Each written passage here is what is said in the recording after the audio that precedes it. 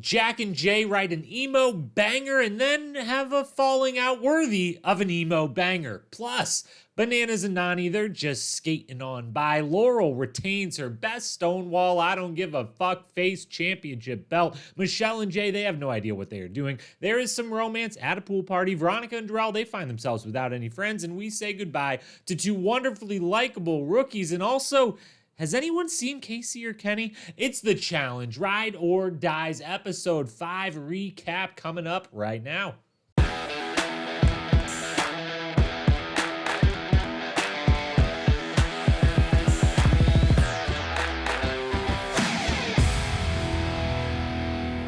What up, my fellow challenge lovers? Welcome to The Challenge Historian, where we dive deep into all things MTV's The Challenge, past, present, or future, if it's happening in the Challenge universe. Then we are here to document it. I am your host and dedicated challenge historian, Jacob Hollaball. Thank you so very, very much for being with me on this wonderful Wednesday night. As all Wednesday nights are wonderful this time of year, or really just, any time of the year that the challenge is on, Wednesdays turn into quite the wonderful night. We've got an action-packed, as always, episode to break down for you. Ride or Dies, episode number 5. That is what we are here to talk about tonight. We're going to dive into it. We're going to get to the horribly epic, unbelievably bad strategy and gamesmanship from Jay and Michele very, very quickly here. Before we begin, quick programming notes. Earlier this week, the Rewatch Recap miniseries continued with the top 20 daily challenges of the first 20 seasons. If you haven't checked that out yet, it's ready and available. It's the last podcast in this feed you're already listening to. Go give it a look. And then on Friday, we'll be doing the top 20 eliminations from the first 20 seasons, which was an extremely difficult list to put together and to make cuts for, so I'm very excited to reveal that to the world this Friday. And then, of course, Survivor Saturdays over on the Most Likely To podcast feed. Me and my good friend Paige coming off a weekend where she was inside Shy City with me attending Challenge Mania. Her and I will be breaking down the episode of Survivor that just aired, but I have yet to watch because Challenge first, always and forever. Come on. What do you think I am? I'm only a historian of one show here. I might be a big fan of a lot of shows, but only a historian of one. Challenge first, but I'm sure it was a great episode of Survivor. Look forward to covering that if you're watching Survivor as well. Saturday mornings, Most Likely To podcast feed. That's where you get the Survivor coverage. And speaking of the fact that Paige and I were at Challenge Mania Laugh, the first ever stand-up comedy version of a Challenge Mania show this past weekend here in Chicago, which was great, which was wonderful, which I gave shout-outs to all the performers on my Instagram because they all did an absolutely great job. But also on the Instagram, I posted a signed poster from the event, signed by the likes of a Susie Meister, a Pauly Calafiore, a Tech Holmes, a Dan Walsh, a surprise guest that then surprise joined the meet and greet line, Sarah Rice. I think I'm forgetting one. Oh, and of course, in my estimation, maybe the best performance of the whole day, Steve Mankey dropped in and also is signed that poster. So 6 very cool, very awesome, very wonderfully funny, as it turned out, individuals, Challenge alum, signed the poster. It's a great looking poster to begin with. Now it's got all their signatures on it, and it can be yours for free. The small price to enter the giveaway for it, which ends this Friday, is leave a rating or a review on this very podcast, whether you listen on Apple Podcasts, Spotify, or anywhere else.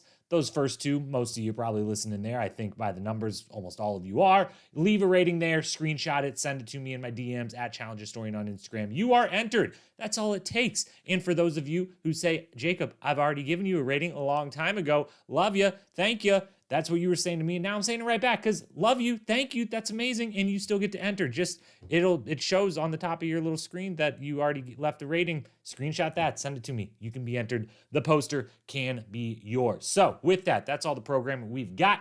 Now to tonight's actual programming, which is Ride or Dies, episode number 5. Let's kick things off, as always, with the Cliffnotes Recap. You know how it works by now. Cliffnotes Recap, everything that happened plot-wise, episode 5, Ride or Dies, as quickly as we can. Sum it all up. Here we go. 3, 2, 1, and we are off. Pool party time and romance is in the air. Nelson and Olivia, Mariah and Bananas, where'd that come from? And Horacio and Laurel have a little something going on. Darrell feels a bit left out, not on the romance, but on having friends or alliances in general, as he and Veronica feel pretty alone in the game.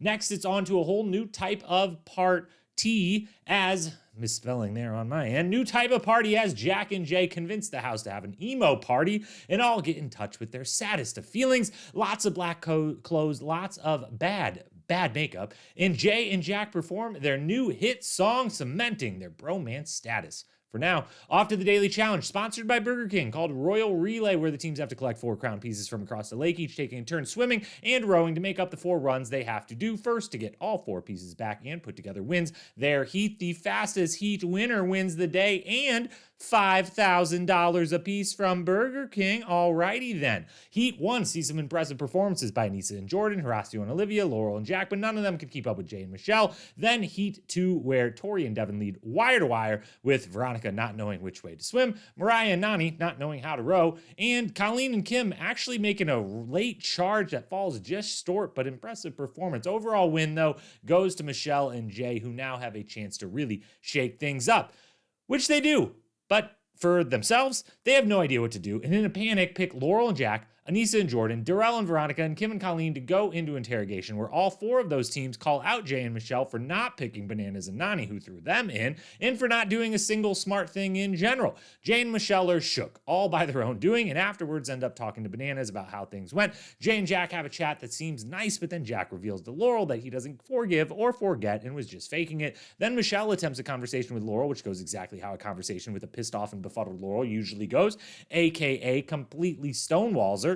At the zone, Jay and Michele decide to say, fuck it, double down on the betrayal, and send in Laurel and Jakk, followed by a draw that sees Veronica and Darrell winning safety and picking Jordan and Nisa to save after a speech that sounds like they are very much not going to do just that. Kim and Colleen are going in versus Laurel and Jakk, and they are playing Give Me Some Slack, strapped either side of a giant climbing wall. One partner's entire wall is made up of 12 giant puzzle pieces, with the other side having small matching puzzle pieces to take off the wall put together on the ground. When one partner moves up, the other is pulled down, making communication key. As it starts out, Kim pulls everything straight to the ground while Laurel and Jakk try to go one piece at a time. Kim and Colleen ask for a check super fast, but they got it wrong. And after both teams work through double checking their work, it's Laurel and Jakk that come out on top. Kim and Colleen are sent home. Laurel and Jakk are going back to the house, which has Jay looking all kinds of dead inside. Emo Party Night 2 and Episode 5 comes to an end. Okay, look, there's obviously one thing and one thing only to really talk about this episode, and that is the befuddling, the not very smart, the just really poor execution of power decisions that Michele and Jay make. And so we will talk about them at length, but because it's kind of the only one thing, I don't want to just not talk about anything else. So I'm going to go in order of the episode here and quickly move through a couple things before we then get to the big storyline, the only real storyline, which is what the fuck were those two doing? All the love in the world, but what the fuck were you two doing? But before we get there, let's start where more or less the episode starts. It's party time. We get back-to-back parties. I doubt these are actually the same day. Maybe they were the same day, but a pool party and an emo party. Let's quickly touch on both. The pool party is mostly just there to show, one, that it is the type of weather season that I have said coming into this season and in a recent season past that I do like, that if it's not the full-blown cold weather, because when it's middle of the day and the sun is out, it's still warm enough for them to be out jumping around in the pool, having a good time. That is necessary. It was so nice and refreshing and awesome and felt very more classic or middle-aged challenge to me to be able to see everyone having a good time in the pool. We need more of that. Loved it. Also loved Nelson and Olivia. They're both national treasures. They both need to be protected at all costs, and so seeing them together, I ship it. I can't not be in favor of this. I don't know. I haven't checked the socials. I don't know if if anything goes beyond a pool party at the challenge house. That's usually where Nelly T leaves his love that loves him so much. It doesn't usually go beyond all that often, but hey, if it does, it does, and I'm rooting for them. And if it doesn't, I hope they're both doing great, and I think they are because they're both great. Mariah is the latest to make the big game mistake of flirting with bananas. Now, I'm not going to comment on outside of the game whether this would be a mistake or not. Plenty of you have your opinions about that. I'll leave those to you. But in the game, it's a mistake to be flirting with bananas. Have you not watched I guess not the last few seasons. It's been a minute now, but this doesn't work out for anyone, any rookie woman. And there's been quite a few of them now that come on the show and bananas flirts with them and they flirt back. And it hasn't gone so well for any of them in the game, outside the game, in life in general. So Mariah, best of luck to you. I do know, I guess I can say this now, if you missed it on the social media, that these two did at some point post-filming have a little vacay time together. I don't believe anything's been said about it or seen about it since that kind of leaked is the wrong word. They both posted the same picture on their Instagram with the same background in the same hotel room, and it was very clear, and someone put together like, oh, look who's on vacation together, clearly, and kind of wants to subtly let us know that. Anyways, moving on, Horacio and Laurel. They're trying to build this up, and there's clearly not anything to actually like show. There's very little. We had the little, consoling, hugging scene last week. And then this week we get the confessionals where they're clearly asking Horacio leading questions about Laurel over and over and over. But like they're trying to build it up. If you watch the next week on, you know why, so that they can make this storyline. But they're clearly making this a lot bigger than I think it actually is in reality. That's all for the pool party, the emo party. Jay's dream. One of the reasons I love Jay in the game, but outside of the game, is this guy, as he likes to say, hashtag elder emo, loves his 90s and 2000s emo, punk rock, getting in touch with his teenage angst.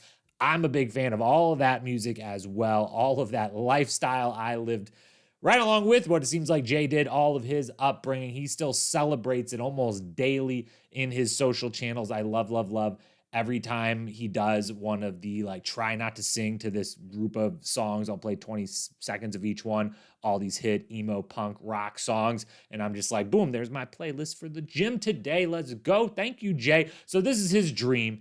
And that knowing that about him made me believe when they say, Jay and Jakk lead the charge to do this emo night, this emo party. And then the two of them write the song together. The song's, it's not a song, it's 20 seconds long or whatever it is, but it's fun, it's good, and it's impressive that they put that together in that short of time. And it made me totally buy and believe that, yes, this bromance was real, this connection between them was real, and that they really had hit it off and were like best bros all about it, because I knew a little bit of that from his personal life, and it made me, I was like totally endeared to it. And the whole time I was like, also clearly there's about to be some problems in emo land with Jay and Jakk if they're just putting all this on us right away like this. Bananas learning guitar, actually beneficial to the show. Didn't expect to see that one coming, but here we are. The makeup, it's meant to be bad makeup, but it's still bad makeup, if you know what I mean. But it's also hilarious. And the award for the best portrayal, the best acting, whatever we want to say, who gets most into the spirit in the most accurate way. Devin sitting in the corner, his hair and makeup is the funniest and the best of all of them. And then him just kind of like sitting, sulking in the corner. We get that shot of that. That's the best part of that. That's the two parties. As for the daily challenge, we move into that. Pretty solid design, mostly fun to watch. But again, why 2 heats? Can you really not get 12 of these boats and puzzle pieces? Is it really that hard? Is Burger King really like, hey, we're going to sponsor this, but like, this is all that we can only give you 10 grand. Like, we can't give you 20. Like, come on. What are you doing? Challenge. You spend so much money on so much different stuff from a production standpoint. And if you told me, hey, the show doesn't make as much money for our producers, whatever, have you seen, the ratings and this and that and the other, and we keep making all these other mistakes to not have more people watching it. So we don't have as big of a budget as we've had. It's starting to go down a little bit. I get it, but also your product would be significantly better if this wasn't 2 heats and this was all 12 going at the same time, which again just takes, I know, 6 more boats, 6 of those type boats is probably a significant amount of money to get whoever to make those or wherever they came from, whatever, and is way more setup and all this. But one, it's more interesting and exciting to watch.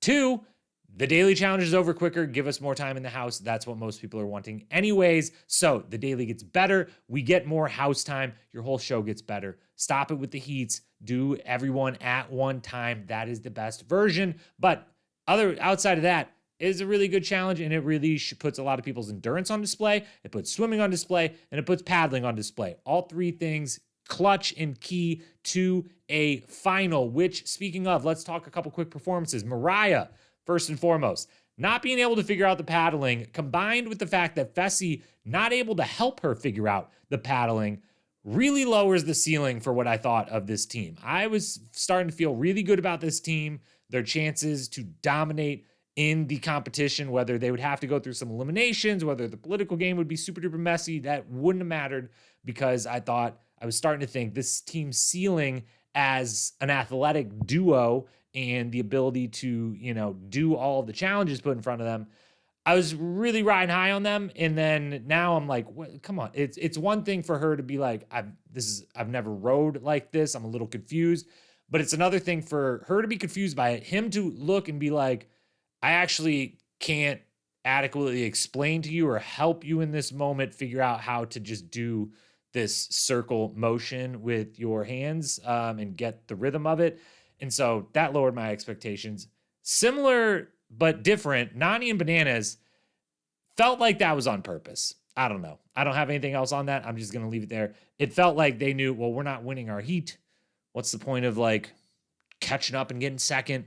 Why not maybe look a little over the hill, look like a little like we're not a threat, whatever. I don't know. It felt like that was kind of like they just kind of were like, fuck it. I don't really feel like rowing. Do you? Nah, it's fine. We're not going to win. So let's just kind of hang out. Devin and Tori, however, on the other opposite end of the spectrum, show why they are the team to beat. And Devin, once again, shows his endurance and his athleticism has definitely seen an uptick season by season. And also, we learn once again, swimming is the biggest differentiator in the challenge house. It's not even close.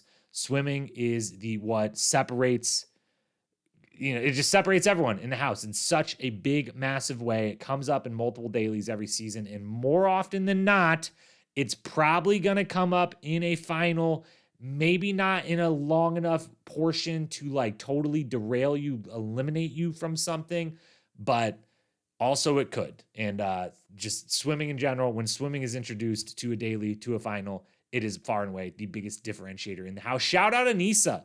Last performance, shout out Anissa. Way exceeded my expectations on the swim. I think if you listen to this podcast, you know where I stand on thinking Anissa's abilities to possibly win a final and, the endurance side of things, and that she's a beast in a lot of areas, but just she lacks one of the very few requirements to win the final in my mind. And so going into this, I was like, oh, is going to be another, like Jordan's going to be like, I guess, I'm waiting here, whatever. Like Anissa did really well on the swim and on the paddle. So also rethinking that team slightly in my head. But overall, swimming is the biggest differentiator. Don't do heats. Mariah, Fessy, come on. I thought you were better than that. Okay, lead's been buried long enough. Michele, Jay, what the fuck was that? What in the world was that? How? And I should start this by saying, one, I really love Jay, and two, I thought I really loved Michele, which I still believe that I do. And it's not this episode that changed it. It is if you are someone who's been watching the challenge and Survivor, and by chance also maybe even listening to my Survivor coverage with Paige over on Most Likely To, on this season of Survivor, there was a contestant cast member by the name of Ellie, who I decided was going to be, because there's like no villains on Survivor, I was just like, she's my villain, I'm rooting against her, but also secretly like rooting for her to go far so I can keep rooting against her. It was a little bit of a weird feeling, but I was against Ellie for no reason other than if you watch the season, you kind of had to pick a side. Anyways, and then last week I heard someone compare Ellie from Survivor to Michele from this show, and Michele from when she was on Survivor and then still now on this show. And I haven't been able to stop thinking about it. And I loved Michele. And I didn't dislike Ellie. I just decided to root against her because it was fun to have someone to root against. And I chose her, which was, again, actually, I was kind of rooting for her so that I could continue to root against her. It was very weird. But anyways, now I'm just like, I can't unsee it. There's a lot of similarities there. And now I'm rethinking, but I'm still pretty much think that I'm completely on Team Michele. But tonight's a hard night to be on Team Michele or Team Jay because goddamn, not great decision making there. And this isn't hard. It's obviously really hard. I can't say this just sitting here in my own little office here watching the show and being like, so easy, so obvious. What are you doing? They're doing this in real time. It's stressful. It's confusing. They're on this high. Now they realize they have to go to this low of like, now we have to pick people, whatever. That's why this stuff is interesting, but it's also not hard. Flat out, here's what you do. Jay and Michele, Bananas and Nany, Aneesa and Jordan, Devin and Tori, Kaycee and Kenny. Why? Because Bananas and Nany threw you in already, so you're going at them for sure. They expect it. Everyone expects it, as we find out. And because you have already announced yourself, yes, a lot of those rookies, like your boy Johnny Middlebrook, have gone home. But you have still made it pretty clear, and clearly in your mind, hey, we're best case on the bottom of the Vet Vacation Alliance kind of cruise totem pole, if we're even on it. If we're even on it, we're at the bottom of it. So, you're not there, and you've already kind of pledged your allegiance of like, we're doing this thing over here with rookies and other younger vets, like an Amber and her partner Chauncey. And so you just say, look, it was already known. That's already where everyone kind of stood. We're going to make it official. We're putting Bananas and Nany, Aneesa and Jordan, Devin and Tori, Kaycee and Kenny in. And then right after you do it, you immediately pull to the side Olivia Horacio, Kim and Colleen, Amber and Chauncey, and Darrell and Veronica. And you're like, look, the 10 of us right here and now, it's us 10 versus whatever. We just sent 8 people in. Whatever 6 come back are still clearly working together in a strong, tight-knit group. We got 10. And then you also let Laurel and Jakk, Nelson and Nerese, and Fessel and Mariah know if you want to be part of our side, you can be. Our side goes 100% against the other side until they're all gone. You can join us if you want, but one way or the other, we've got 10. And they would have had those 10. Olivia and Horacio, Kim and Colleen, Amber and Chauncey, and Michele and Jay. They would have 100% had 8. And Darrell and Veronica are just sitting there for the taking. You would have been able to have your 10, if not a Nelson or a Fessel and Mariah and Nerese. You're done. There you go. Boom. Amazing. And that's not what they do. Quick question. Do they have time limits on how quick they have to do this? Because they're both like, I can't make this decision. Like, I think they even use the word like reference wanting more time or whatever. Like, are they on the clock right then and there of like, we got to film this stuff. So like, this has to happen. Like, wouldn't it be funnier and more interesting if they were like, can't make our decision. Yeah, we'll, we're supposed to have it up at 7 p.m. there so we could do the interrogations then the like next hour or two and then have some shit go down in the house after interrogation. What if they were like, nah, we'll post them around, I don't know, like 12:30 tonight, maybe then, and then some of you might be in bed. We'll get you out of bed to come to interrogation. That would piss people off. That'd be fun. That'd be interesting and entertaining TV. So it seems like they have a clear time limit. They're put up to the test. They just throw in stuff. And then I'll come back to it more, but they also then double down on it, which don't double down on it. Obviously things go super south, super quick with Laurel and Jakk.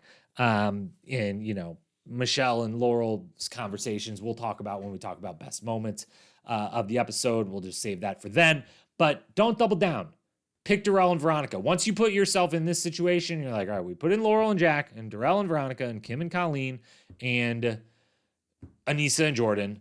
We totally fucked up. Everyone's mad at us. We're mad at us. We don't know what clearly didn't have a plan and didn't execute a plan.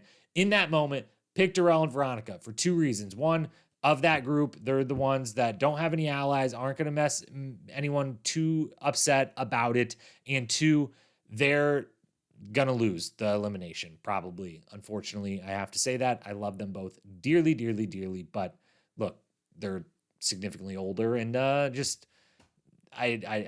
don't see them winning any of the matchups in this elimination So you go with the team that has the least ties, going to upset the least amount of people, and that has the best chance of losing so that you don't have to deal with the repercussions of putting someone in. So don't double down on your mistake. And plus, if you put in Darrell and Veronica, you let the other two teams make a deal, which means that more 66% chance than Kim and Colleen are going in against Darrell and Veronica. And now, again, you've salvaged. It's still a bad situation, but it's not a horrible situation, a game-ruining, game-just-ending situation, which is what they've kind of do. And here's the main thing I want to say about this. And I buried the lead once, and now I buried the lead on the lead a second time. This sucks so much that this happened and that this poor decision-making was had because, not just because I like Jay and Michele and I'm kind of rooting for Jay and Michele, and so now I'm like, fuck, their game's kind of ruined because of this poor decision. I was riding this high. I was like, yes, they did it. They proved how good they were. They had a mission just made for them. Wow. I just called it a mission. That was horrible of me. Daily challenge. Anyways, if you know me, you know why I think that was horrible. Anyways, not just because I don't want, I want Jay and Michele to do well, is this a horrible thing, but this sucks so much because I think this just literally ruined the season. I think this was the moment. This was the moment this season could have went from interesting, good, tons of potential to boom, potential realized. Here we fucking go. This is wild. This is crazy. This is fun. This is interesting. And instead, it turned towards this is super predictable. This isn't going to be all that interesting. And I fear that we're now in for a kind of blah-esque season, which has been, what the last few seasons more or less have been. And especially given knowing where, I'm slightly higher on specific members of the Vacation Alliance and their extended network of friends and alliance members than the general audience, the general fan base of the show are, which is generally pretty against that group of people now. That group of people is going to be the ones left at the end of this again, because here's how they messed it up. If Jay and Michele pick the four that I think was the easy and obvious pick, where what I just had said to you a minute ago, Bananas and Nany, Aneesa and Jordan, Devin and Tori, Kaycee and Kenny. And then once you've picked those four, you pick Aneesa and Jordan to go into the elimination. Why do you pick Aneesa and Jordan? Because then Bananas and Nany and Kaycee and Kenny are standing there as a 66% chance to be safe and pick one another, leading to Aneesa and Jordan versus Devin and Tori in the elimination, which is obviously television-wise incredible. I like most of those people, all of those people. I like the people. I like all of them as challenge characters, most of them. And what theater that is to watch the four of them have to go into there together also wrecks that alliance completely and utterly and solidifies a true half and half in the house where these younger folks get the true upper hand on the rest of the group. They would knock one of them out. They would have at least this 8 to 10 person alliance built, with the other side now being only 6 strong at best, with, like a couple stray Fessels and Nelsons that are like totally 100% out in the middle, even more than they already were.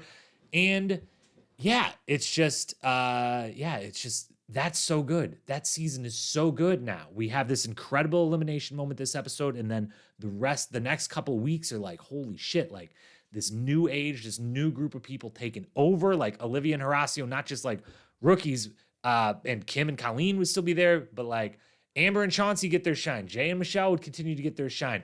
Darrell and Veronica could possibly then join in that group and be like, we're the super OGs that somehow superseded the rest of this bullshit that's been going on and proved to you how to play this game and why people like us more. All of this is so, so good. And instead, the rest of the way feels painfully obvious to me. This will come up again when we do the predictions at the end of the episode. But Jay, Michele, Olivia, Horacio, Amber, Chauncey, Darrell, Veronica, in some order, the next 4 to go home. Nelson, Fessel, Laurel, that trio of teams with their partners, obviously, will be the next group to battle. And Bananas, Nany, Aneesa, Jordan, Devin, Tori, Kaycee, and Kenny, seem to be setting chart for the smoothest of sails right to a... Before we get to the awards, super fast, quick hits section. First one of 4. Kaycee and Kenny update for you, because I know you need it. You didn't see them this episode. Like it all. Again, we did get one glimpse of them rowing, just to remind the audience that Kaycee is, in fact, better at sports than all the other females there. That remains the same, but also what remains the same is absolutely nothing on the show side. Literally nothing. 0 confessionals for the two of them combined this episode. 9 total confessionals between the two of them across 5 episodes now. To give you a little context, Michele and Laurel both had 11 in this episode by themselves. Like, Michele had 11, Laurel had 11.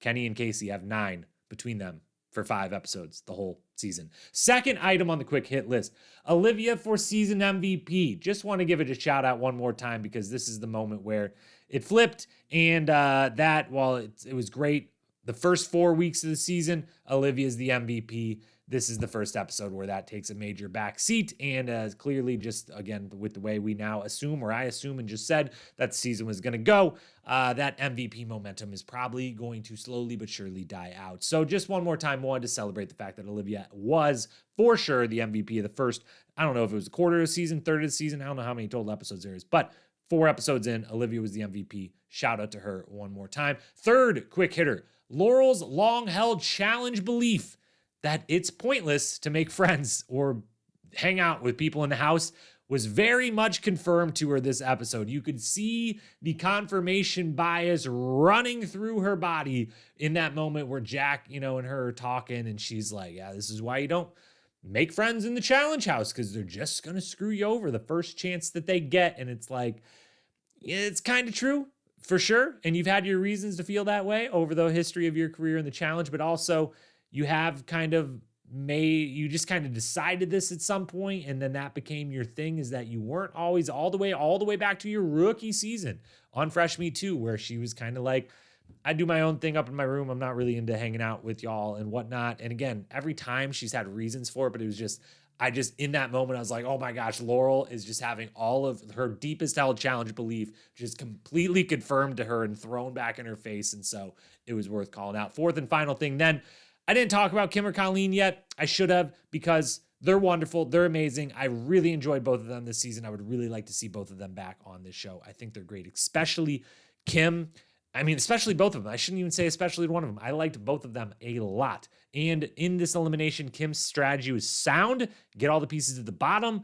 Killer, smart. They didn't say in the rules you had to go one by one, whatever. Just, hey, don't do anything over there, Colleen. Let me climb around. Let me get all the pieces. Great. But once you get something wrong in this situation, not having that strategy of how to find the missing piece, not being able to stay calm and composed and be like, hey, it's fine. We got to the first check first. We'll get to the second check first. And being able to just like, all right, new plan, do this, read them this way, whatever, not being able to adapt. And it's a bummer, but they did great. And I like them a lot. And plus, they did prove again in this episode, they crushed both the swimming and the paddling. I know they made a big deal about the paddling for Kim, which they should have, but they both did really well in the swimming part too. And they've done really well in everything all season. So I think they showed a lot. I would hope to see them back again in the future.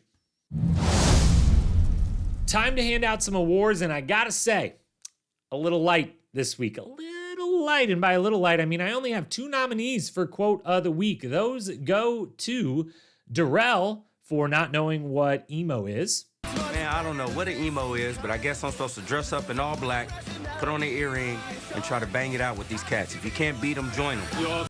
And then the second one goes to Jakk, who I'm going to go ahead and give the win to as well, for talking about how incredible his partner was at rowing this confusing to a lot of other people boat.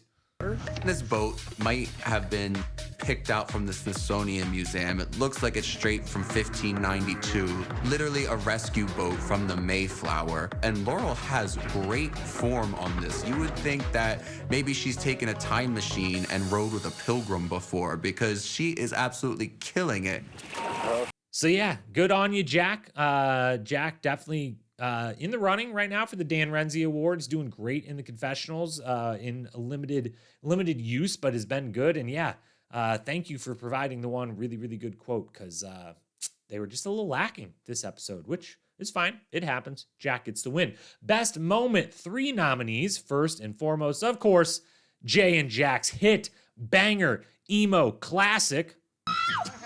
It's our song called Adeline. Adeline. 1, 2, 3, 4. Every single time that I went to bed, you broke my heart and the tears were shed. Close the blinds and I closed my eyes. Virginia Beach and all those lies. Na na na na na na na na na na na na na na na na.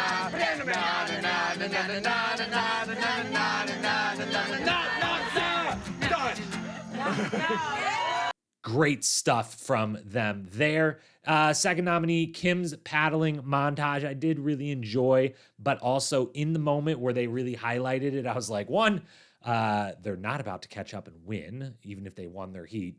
Jay and Michele clearly made no mistakes, didn't slow down at any point. They're going to win. And 2, Kim and Colleen are going home, aren't they? It's just, I've watched too much of this. I've paid too close of attention. I've studied it in too much detail. It's really honestly affecting my viewing of the show in a negative way now when I just see the obvious, like, you're showing this, that means that.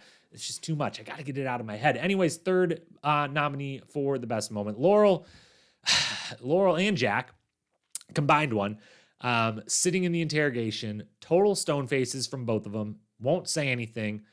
Michele asks, are you guys not going to talk? Laurel responds with, do you have a question? Do you have a question? Which is just incredible. And this is the moment of the episode for sure, as much as I want to give it to Jay and Jakk and their song. Laurel in this moment, her and Jakk both in this moment, combined with then the conversation that Laurel and Michele have later, which is to Michelle's credit, she's trying, and Laurel knows what she's doing in that moment, where maybe in the past Laurel might have acted the exact same way and not realized why it might be frustrating to the person she's speaking with and why it might devolve further. In this moment, I think she knows she's being very purposeful. She has no intent of being like, I'm not making up with Michele. I'm not going to make some now backdoor secret deal where no one else knows that now after this, we're actually going to work together and that's going to be a benefit to me. None of that's happening. So I'm going to give her nothing. I'm going to give her literally less than nothing. I'm going to confuse her. I am going to just whatever. I feel for both of them in that moment. It's good television. It's good theater. It's good entertainment. And Laurel and Jakk stonewalling Jay and Michele get the moment of the episode. And for the third and final award, the episode MVP, it should come as no surprise who the 5 people nominated for this are. It's pretty straightforward. Jay's in 5th, Jack's in 4th, Kim is in 3rd, Laurel's in 2nd, Michele takes the win. Now, you might say I would understand if someone said Laurel or Jakk is the MVP of this episode. I'm going with Michele. I'm going with Michele because 1, they kicked ass in the daily challenge, and that was great. 2, her face, how she shows her emotions for the camera and for us, the audience at home, just really... Like, I don't even need to hear her and Jay talking. I understand everything that's happening in this moment. It's like they've done, all these studies about the TV show Friends. I've seen these studies most of the time. I first saw them referenced was in one of the most recent Malcolm Gladwell book, Talking to Strangers, where there was these studies about the TV show Friends. You could watch it and they had people watch it with the sound off, and they were so good at expressing what we believed each facial expression, how they matched up to emotions, that you could watch it and you knew everything that was happening without having to hear anything. And I feel that way about Michele. She just wears it all right there for you. She is bad at decisions as they're being made. Great theater, great entertainment. And, she's just going through it, and I feel for her. I feel for Jay. And I give the edge to her over Laurel, but really this was a group, this was Jay, Michele, Laurel, and Jakk. That was the episode. I throw Kim in the middle there because I thought he did awesome, and I wanted to get him on the list one more time because he won't be around for the rest of the season, unfortunately. So hats off to you, Michele. I hope you and Jay can find a way to rebound from this somehow, some way. And finally, we got our power rankings and our predictions. On the power ranking front, Top to bottom this time, we're down to 11 for the second week in a row. We actually lose a team for real. So we're down to 11. We're actually really losing teams from now on, it seems like.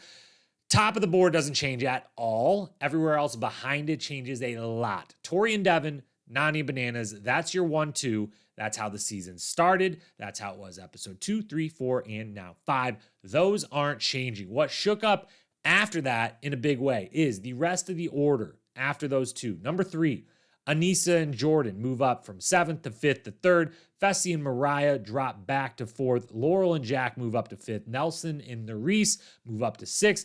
Amber and Chauncey fall from 4th to 7th. Olivia and Horacio fall from 6 to 8. Kaycee and Kenny move up from 11 to 9. Jay and Michele fall from 9 to 10. Darrell and Veronica move from 12 to 11. They're still in last, but really, this is all about the fact. Tori and Devin, Bananas and Nany, they're in the driver's seat, as we talked about earlier. Anissa and Jordan proved a little something to me this episode and moved their alliance, moved into such a stronghold, as we talked about. They vault up. Fessy and Laurel and Nelson come in right after those top 3 teams. And then after them, we've now got Amber, Chauncey, Olivia, Horacio, Jay, Michele, Darrell, and Veronica, because I feel like they're just on the bottom. They're going to be the next 4.